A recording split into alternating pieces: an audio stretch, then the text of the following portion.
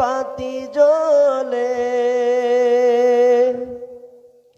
উপর তলায় বাতি জ্বলে, নিস্তলাতে অন্ধকার তুমি কারলা, আগিয়া করলা রে সুখের ঘর। পাগল মন আমার তুমি কারলা, আগিয়া করলা রে দালান ঘর। দুদিনের রং তামাশা,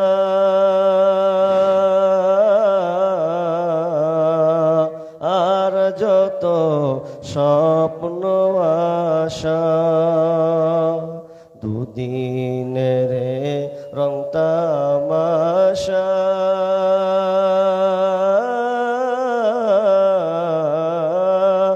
আর যত স্বপ্ন আশা, সব আয়োজন বৃথা যাবে, সব আয়োজন বৃথা যাবে, শেষ ঠিকানা মাটির ঘর তুমি কারলা, আগিয়া করলা রে সুখের ঘর। পাগল মন আমার তুমি কারলা, আগিয়া করলা রে দালান ঘর। একটা ছেলে, বেটি ছেলে আপনার যে কার হারালছে, এখানে স্টাদে বর্তমান আছে, আপনারা এসে নিয়ে যান।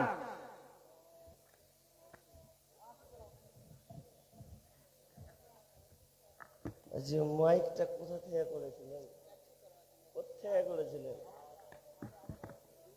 জীবনে ফালতু মাইক আজকে পেন। আর আমরা তো আর কেটে কেটে বক্তব্য দিই না যে যেমন তেমন মাইক হলে চলে যাবে। তোমার সাউন্ড দিয়ে হবে না, সব জায়গায় তুমি গোলমাল করে রেখেছো, সাউন্ড বাড়িয়ে হবে না। আর এই বক্সটা খারাপ আছে, বক্স খারাপ আছে, এখানে হালকা দাও, টাচ দাও, টাচ দাও। মাইক ব্যবহার করতে জানেন। বক্তাদের যেমন আত্মা থাকলে মানুষ বাঁচে চলে, বক্তাদের খোরাক আত্মাটা হচ্ছে এই মাইক। মাইক যদি ভালো হয় তো বক্তা ভালো করতে পারবে, নিলে হবে না। কারণ আমার জানের রিক্স আছে, আমি কালকে করব, পরশু করবো, তারপর দিন লাগাতার চলবে। আর এখানে গলা ফাটিয়ে চলে যাবে, তাহলে তো হবে না। হ্যাঁ, মাইক ফের সুন্দর হলে এত সুন্দর কেন 2 ঘন্টা কেন 4 ঘন্টা চালালো কিছু হবে না। মাইক এমন জিনিস, আজকের মাইকটা আমি তখন থেকে বুঝে লেছি মাইক গোলমাল আছে। মাইক বলে দিব যে কোনটা মাইক ভালো আর খারাপ। এই মাইকে আওয়াজ হবে না, তবে বুঝাবো, সংক্ষেপে আলোচনা করব। জি, উপস্থিত সম্মানীয় সুযোগ্য আজকের এই জলসার স্বনামধন্য সভাপতি, মঞ্চে উপবিষ্ট ওলামা ইকরাম এবং বিভিন্ন এলাকা থেকে ছুটে আসা দিনদার ইমানদার মুমিন ভাই সকল ও পর্দার অন্তরালে প্রজেক্টের মাধ্যমে দেখনেওয়ালি সম্মানিতা মা ও বোনেরা, প্রথমে সেই মহান মনিবের দরবারে প্রশংসা জ্ঞাপন করি যে মহান মনিব আমাদেরকে একটি মাদ্রাসা কেন্দ্রিক আয়োজিত মাহফিলে, আগের মতন করে রে বাপ, আর করতে হবে না, আগে যা ছিল ওইভাবে করে দাও তুমি, না তা আরো 12টা বাজিয়ে দেবে। সন্ধ্যা থেকে মাইক চলছে, এখন পর্যন্ত মাইক ঠিক করতে পারিনি, আর আমি চেপে নিলে হয়ে যাবে। আগের মতন করে দাও তুমি, আগের মতন করে দাও। তোমার মাইকে হাত ভালো নেই, বুঝতে পারছি। ডেকোরেটর কি যে করবো, আল্লাহ আকবার।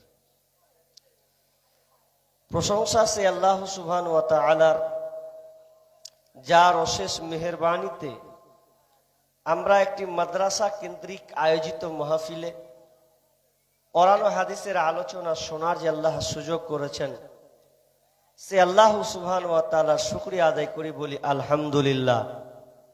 ভাই জোরে বলি আলহামদুলিল্লাহ। যতগুলো লোক আছেন আলহামদুলিল্লাহ জোরে বলতে আপনাদের কাছে পয়সা আল্লাহ নেবেন? আল্লাহর একটা টাকা পয়সা খরচ করবেন যে দেন আমাকে? আল্লাহর কোনো লস আছে? লস তো নাই। আপনার কোনো লস আছে? লস নাই, বরং আপনার লাভ আছে। মানুষ কখন কোন জায়গায় কথা প্রয়োগ করতে হয় মানুষ ভুলে গেছে। কারণ মানুষ দুনিয়া আত্মহারা, দুনিয়া লোভী, দুনিয়াতে নিমজ্জিত বিধায় আজকে আমরা এই হাল হয়েছে। এখানে একজন আসো তো ভাই, ডিস্টার্ব করবে। এখানে বসে, এখানে বসে, কেউ কিছু দিবে নিয়ে নেবা, সময় হবে তখন আমিও চাহাবো। আমার নাম নবাব, ভিক্ষা করা স্বভাব, কিছু নেওয়া হবে, ওটা হবে সময় ইনশাআল্লাহ। জি, তা আমরা একটু আল্লাহর প্রশংসা জোরে করে বলি ভাই, বলেন তো প্রাণ দিল উজাড় করে আলহামদুলিল্লাহ। অতঃপর শান্তি বর্ষিত হোক সকল নবীদের উপর, বিশেষ করে আমাদের শেষ নবী জনাবে মুহাম্মদুর রাসূলুল্লাহ। আমরা সকলে বলি সাল্লাল্লাহু আলাইহি ওয়াসাল্লাম। মুহতারাম মুকাররম, আমি আপনাদের সামনে বক্তব্য দিব কি আর 1 ঘন্টা মোট টাইম আছে, টাইম বেঁধে দিয়েছে আমাকে 11:15 পর্যন্ত। তাহলে মোট আর 1 ঘন্টা। তো আমি 1 ঘন্টার মধ্যে কিছুক্ষণ আধা ঘন্টার মতন আলোচনা করব, আর কিছু আপনাদের কাছে এই মাদ্রাসার জন্য চাইবো। জি, যেহেতু এই মাদ্রাসাগুলো আপনাদের সাহায্যের মধ্যে চলছে, আমি যে আজকে বিষয়টা ধরেছি, এই বিষয়টি হচ্ছে আরশের ছায়া। আল্লাহ পৃথিবীকে যখন ইসরাফিলের মাধ্যমে ধ্বংস করে দিবেন, পৃথিবী আর পৃথিবী থাকবে না। এক কথায় ভেঙে টুকরো টুকরো করে দিবে, খান খান করে দিবে। কুল্লু মান আলাইহা ফান ওয়া ইয়াবকা ওয়াজহু রাব্বিকা যুল জালালি ওয়াল ইকরাম। একমাত্র মহামান্বিত আল্লাহ ছাড়া পৃথিবীতে সব ফান ফান হয়ে যাওয়া, মানে সব কিছু ধ্বংস হয়ে যাবে, কিছুই থাকবে না।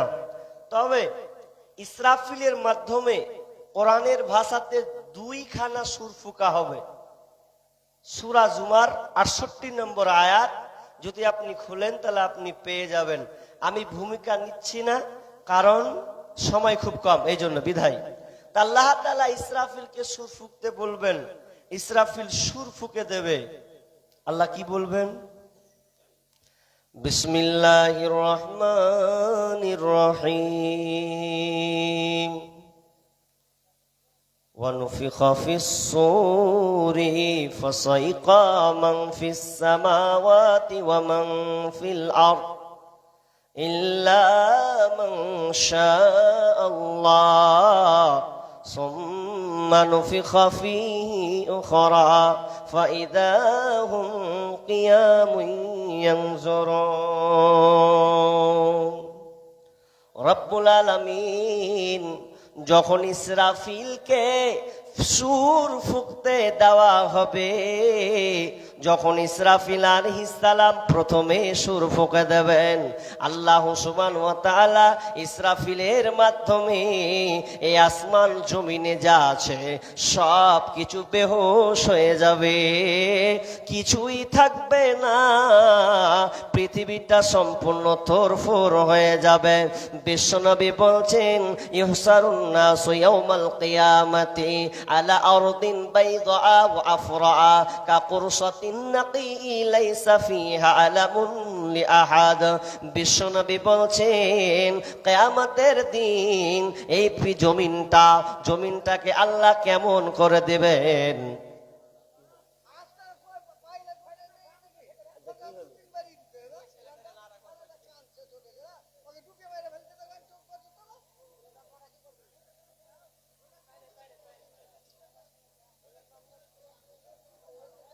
मोहतरम हजरात, जहाँ तक आवाज पहुँच रही है, अगर किसी का बच्चा गुम हो गया है,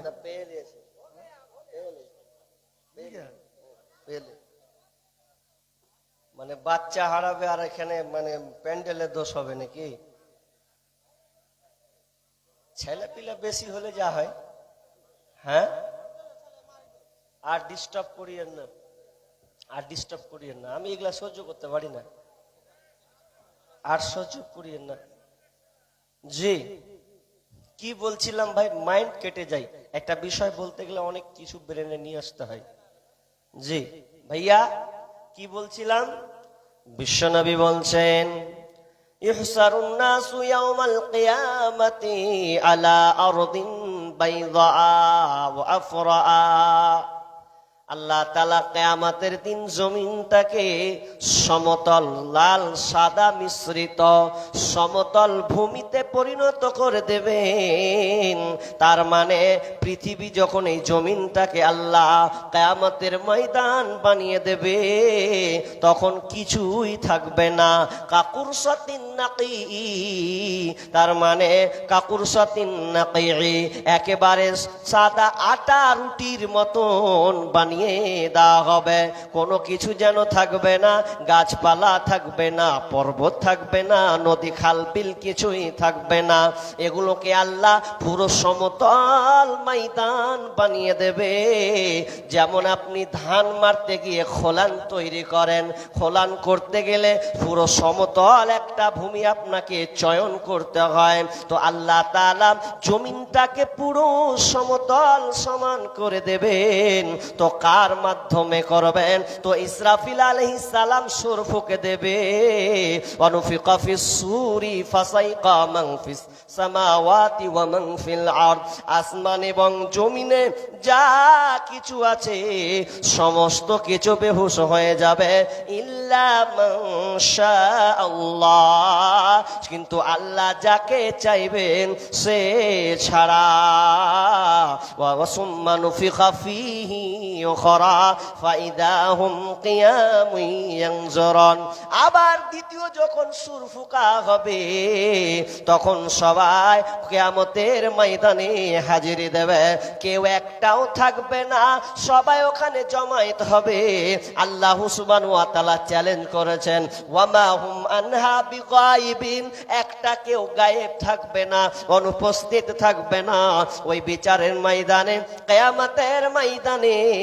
ওয়াইদাল কুবুর বুসিরাত, কবর থেকে মানুষ সকলে উঠতে থাকবে, কেউ বাকি থাকবে না। আপনি আপনার এলাকায় প্রোগ্রাম করেছেন, জলসা দিয়েছেন, এলান করেছেন, ইস্তার হ্যান্ডবিল ছাপিয়েছেন, বিভিন্ন ভাবে প্রচার প্রসার করেছেন, পাবলিসিটি করেছেন, এরপরেও আপনি 100কে 100 হাজির করতে পেরেছি? হয় নাই। কেউ বাজারে ঘুরছে, কেউ মেয়ে ছেলের দিকেও তাকিয়ে আছে কখন ফায়দা লিব, আবার কেউ বাড়িতে চাদর চাকা দিয়ে ঘুমিয়ে আছে। এক একজন এক এক জায়গাতে আছে, 100তে 100 জন হাজিরা হয়নি। কিন্তু আল্লাহ বলছেন আমি সবাইকে 100তে 100 100-এ 100 সবকে আমি উপস্থিত করব, একটাও কেউ না বলবো না এটা থাকবে না। আমি কিছু কথা বলছি আপনাকে।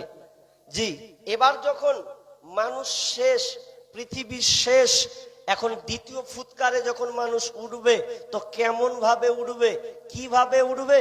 বিশ্বনবী বলছেন আন আয়েশা রাদিয়াল্লাহু তাআলা আনহা قالت قلت سمعت رسول الله صلى الله عليه وسلم। বিশ্বনবী মা আয়েশা বলছেন আমি বিশ্বনবীর কাছ থেকে শুনেছি ইহসারুন নাসু ইয়াউমাল কিয়ামাতি, ইহসারুন নাসু ইয়াউমাল কিয়ামাতি উফাতান উরাতান গুরলা। মানুষ যখন উঠবে তার শরীরে তিনটা দিক তা প্রকাশ পাবে। একটা কি উফাতান উরাতান গুরলা, সে খালি পায়ে খালি পায়ে খালি পায়ে উঠবে, পায়ে কোনো জুতা থাকবে না, আর শরীরে কোনো পোশাক থাকবে না, পূর্ণ নেঙ্গা অবস্থায় উঠবে, আর খাতনাবিহীন অবস্থায় উঠবে। তার এইরকম উঠবে, তার মানে সবাই উলঙ্গ অবস্থায় কিয়ামতের মাঠে উঠবে। মায়েশা এত বিচক্ষণ একজন মহিলা, সঙ্গে সঙ্গে বিশ্বনবীকে বলছেন ইয়া রাসূলুল্লাহ আর রিজালু ওয়ান নিসাউ জামিয়া ইয়ানজুরু বা'দুহুম ইলা বা'যিন, তাহলে নারী পুরুষ যে একসঙ্গে থাকবে, সবাই যে উলঙ্গ থাকবে, তাহলে এক অপরকে তো সবাই তাকাবে, ওর দিকে তাকাবে, ওর দিকে তাকাবে, তাহলে তো লজ্জার ব্যাপার, শরমের ব্যাপার। বিশ্বনবী বললেন, আয়েশা রে, ফাকালা ইয়া আয়েশাতুল আমরু আসাদ্দু মিন আইয়ানজুরা বা'দুহুম ইলা বা'দ। এ আয়েশা শুনলাম, সেদিন কেমন একটা বিভীষিকাময় পরিস্থিতি দাঁড়িয়ে যাবে, কেউ কারো দিকে তাকাবে না, এমন একটা ভয়ানক পরিস্থিতি হবে, কারো দিকে দেখাবার কোনো চান্স থাকবে না, সুযোগও থাকবে না। শুধু কেবলমাত্র সেই দিনটা সবাই ত্রাহি ত্রাহি করবে, নাফসি নাফসি করবে, নিজেকে বাঁচার জন্য, নিজেকে সংশোধন করার জন্য, কোথায় নিরাপত্তা পাওয়া যাবে এ নিয়ে সবাই টেনশনে থাকবে, সব টেনশন। আপনাকে হাদিসের একটা উদাহরণ দিতে হলে আপনি চট করে বুঝে নেবেন উদাহরণটা কি। উদাহরণ? হ্যাঁ জি, এর সবাই উলঙ্গ থাকবে আর এর ওপরে তাকাবেন, এটা কেমন কথা? কদিন আগে একটা ভূমিকম্প হলো না, সোশ্যাল মিডিয়াতে দেখেছেন তো? বাংলাদেশ, ঢাকা সবচেয়ে বেশি 5.7 স্কেল, এতটা ভূমিকম্প হয়েছে যে আমি একটা ভিডিও ফুটেজ দেখলাম, তো বাপ ছেলেকে নিয়ে আছে, ছেলে পাশে দাঁড়িয়ে আছে, কিছু মাল কিনছে দোকানে, আর ভূমিকম্প যেমন শুরু হয়েছে, তা কি করেছে, ও মাল টাল থুয়ে কোনো পোশাক নিচ্ছিল, আর পোশাক নিয়ে এমন ভাবে দৌড় মেরেছে, ও ছেলেটাকে পর্যন্ত ভুলে গেছে। কোলের বাচ্চা, 5-7 বছরের বাচ্চা হবে, বাপ ছেলেটাকে থুয়ে বাইরে পালাতে লেগেছে। পরে তখন ছেলেটাকে ও খোঁজ নিচ্ছে, আমার ছেলে কোথায় গেল। মানে পরিস্থিতিটাই এমন হয়ে যাবে। তো এটা তো দুনিয়ার আপনাকে এক্সাম্পল দিলাম। সেদিন কেউ কারো দিকে তাকাবার দুঃসাহস থাকবে না, ওই কমন সেন্স তার কারো কাজ করবে না। যেমন মনে করলেন আপনি নতুন বিবাহ করেছেন, বিবাহ করার পর আপনি স্বামী স্ত্রী আলাপ আলোচনা করেছেন, করতে করতে বিবি আপনি সুন্দরী পেয়েছেন, বিবি এখন বলছে বিবি আমার, বিবি বলছেন স্বামী আমার, আমার মনের খুব ইচ্ছা তামান্না আছে, আমি বিয়ে করলে আমার স্বামীর সঙ্গে আমি বাইরে বেড়াতে যাব। কোথায় যাবে? তো মুর্শিদাবাদ হাজার দুয়ারি দেখতে যাব, এটা আমার দেখার খুব ইচ্ছা আছে। তাহলে আপনি বিবিকে এতটা ভালোবাসেন, মা আবদার পূরণ করি আর না করে, কিন্তু বিবির আবদার পূরণ আমরা সবাই করে, কারণ বিবি হয়েছে আপনার সঙ্গে। বিবির যদি মন খারাপ হয় তো আপনারও মন খারাপ। আমার বিবি কেমন হয়েছে না, মন খারাপ করে না? গজলের ছন্দে বলি তাহলে ভালো হবে। মিষ্টি বউ আমার, কেন দেখি মন খারাপ তোমার, মিষ্টি বউ আমার, কেন দেখি মন খারাপ তোমার, আমি বাড়ি প্রবেশ কালে কেন তোমার মুখটি ভার, মিষ্টি বউ আমার, কেন দেখি মন খারাপ তোমার, আজ বাড়িতে কি হয়েছে মা নাকি কিছু বলেছে, আজ বাড়িতে কি হয়েছে মা নাকি কিছু বলেছে, জলদি করে বলো আমায়, সহে না যে দেরি আর, কেন দেখি মন খারাপ তোমার, মিষ্টি বউ আমার, কেন দেখি মন খারাপ তোমার, আমি তোমায় করতে খুশি, দিতে পারি গলায় রশি, আমি তোমায় করতে খুশি, দিতে পারি গলায় রশি, আস্থা না থাকিলে তুমি, ভরসা না থাকিলে তোমার, ট্রাই করে দেখো একবার, কেন দেখি মন খারাপ তোমার, মিষ্টি বউ আমার, কেন দেখি মন খারাপ তোমার।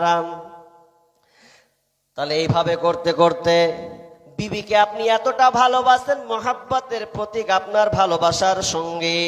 এখন বিবি আপনাকে আবদার করেছে স্বামী আমার, আমি আপনার সঙ্গে যাব ঘুরতে। কোথায়? তো যাব হাজার দুয়ারে।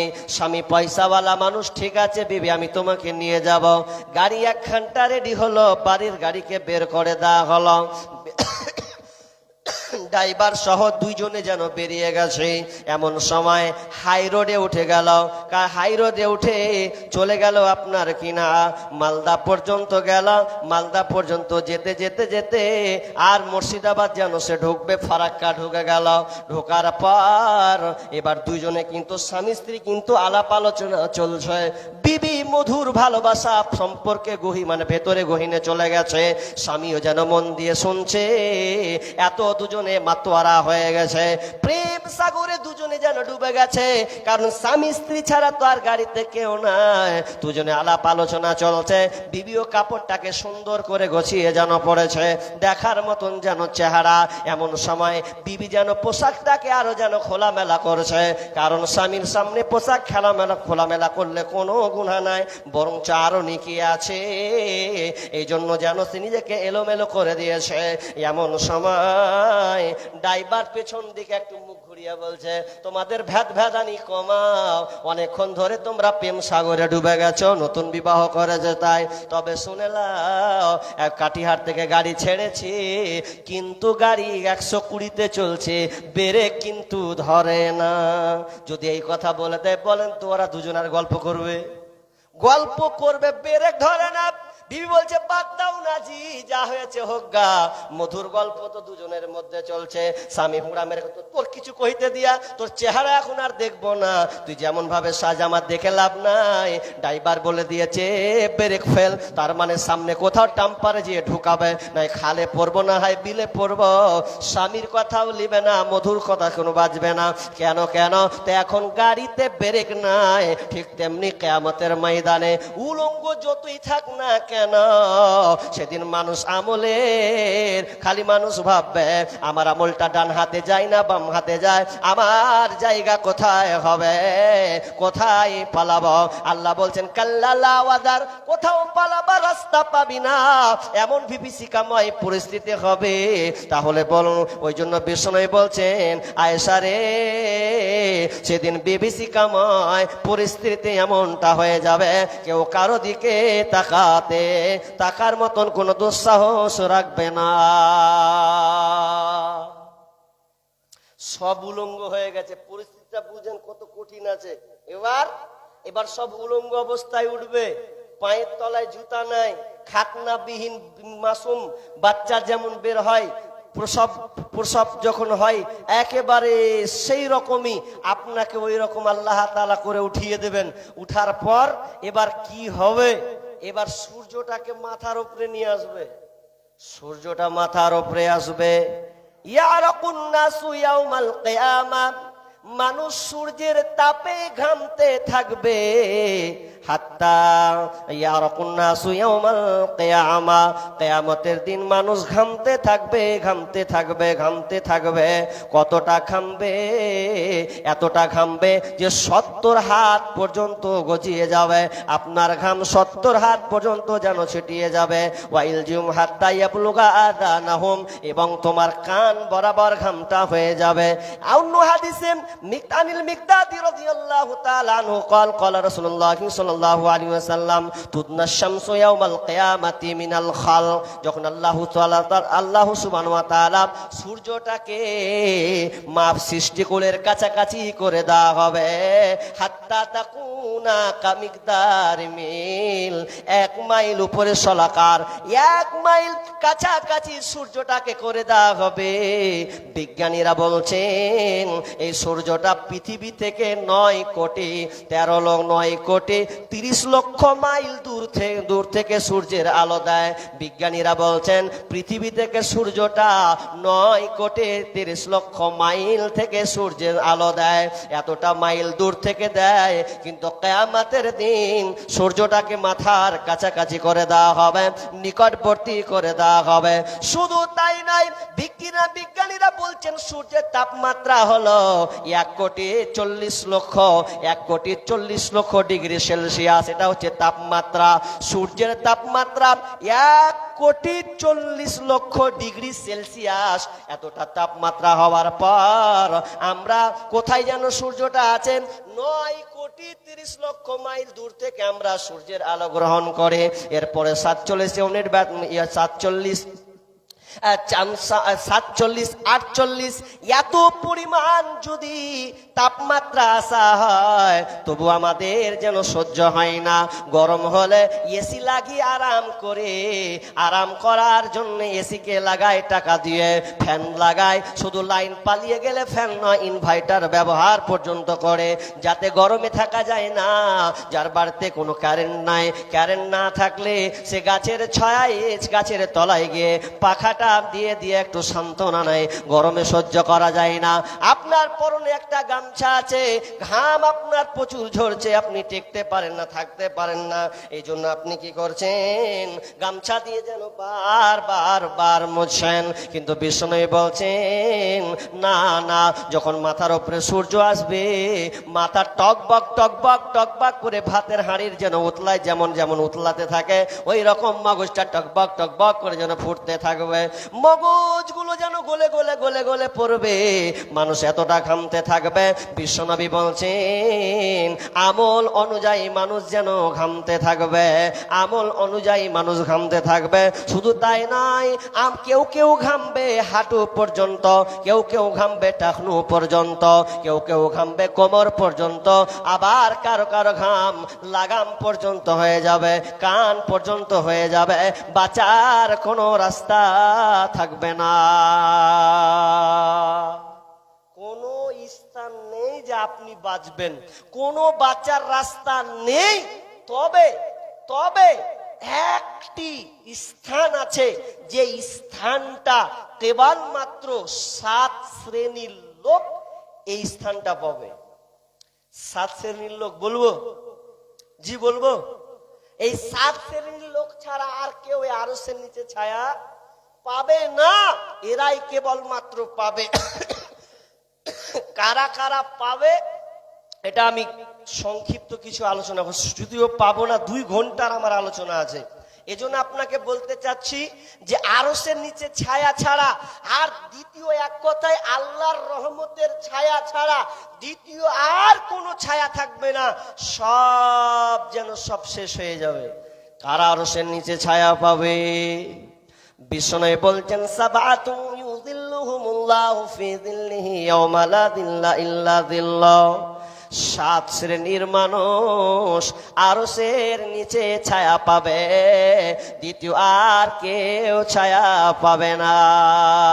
আরশের নিচে জায়গা যদি পেতে চাও, 7 শ্রেণীর মধ্যে তুমি গণ্য হও।